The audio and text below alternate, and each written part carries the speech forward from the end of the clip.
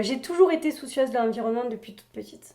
On partait en colonie de vacances et c'était avec la mairie de Ballaruc, enfin pas la mairie mais avec la paroisse de Ballaruc-les-Bains.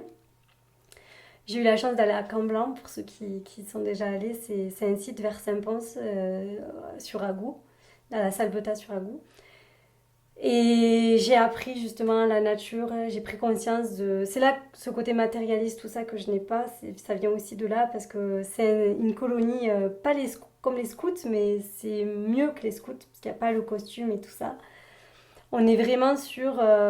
on doit apprendre à vivre sans électricité, on doit aller chercher l'eau au puits. Voilà, c'est vraiment, j'ai grandi avec ces valeurs-là, de se contenter de peu.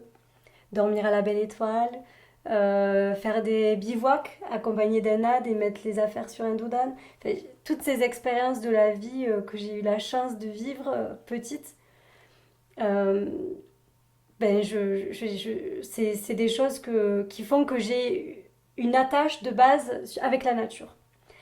Et en grandissant, au fur et à mesure, j'ai pris conscience que c'était juste pas possible. Déjà, par exemple, les serviettes hygiéniques, j'en jette mais des tonnes et des tonnes.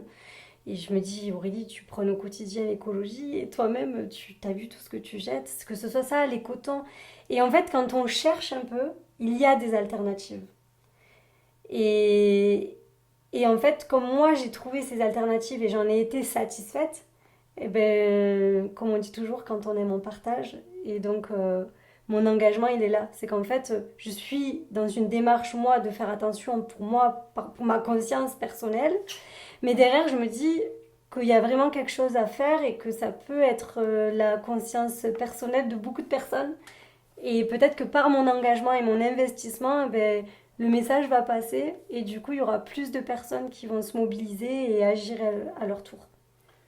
Et comment ça se traduit concrètement pour toi, ce partage? Ce que je vais laisser à ma fille, c'est l'héritage. Ce partage, c'est aussi l'héritage. C'est parce que nous, on n'est que de passage sur Terre et ce qu'on va laisser derrière nous reste.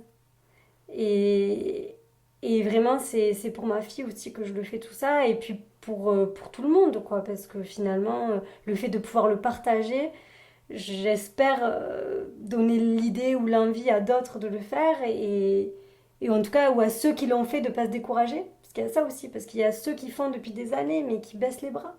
Il y a ceux qui ont envie de faire, mais qui osent pas. Et il y a ceux qui font rien parce qu'ils se disent ça sert à rien.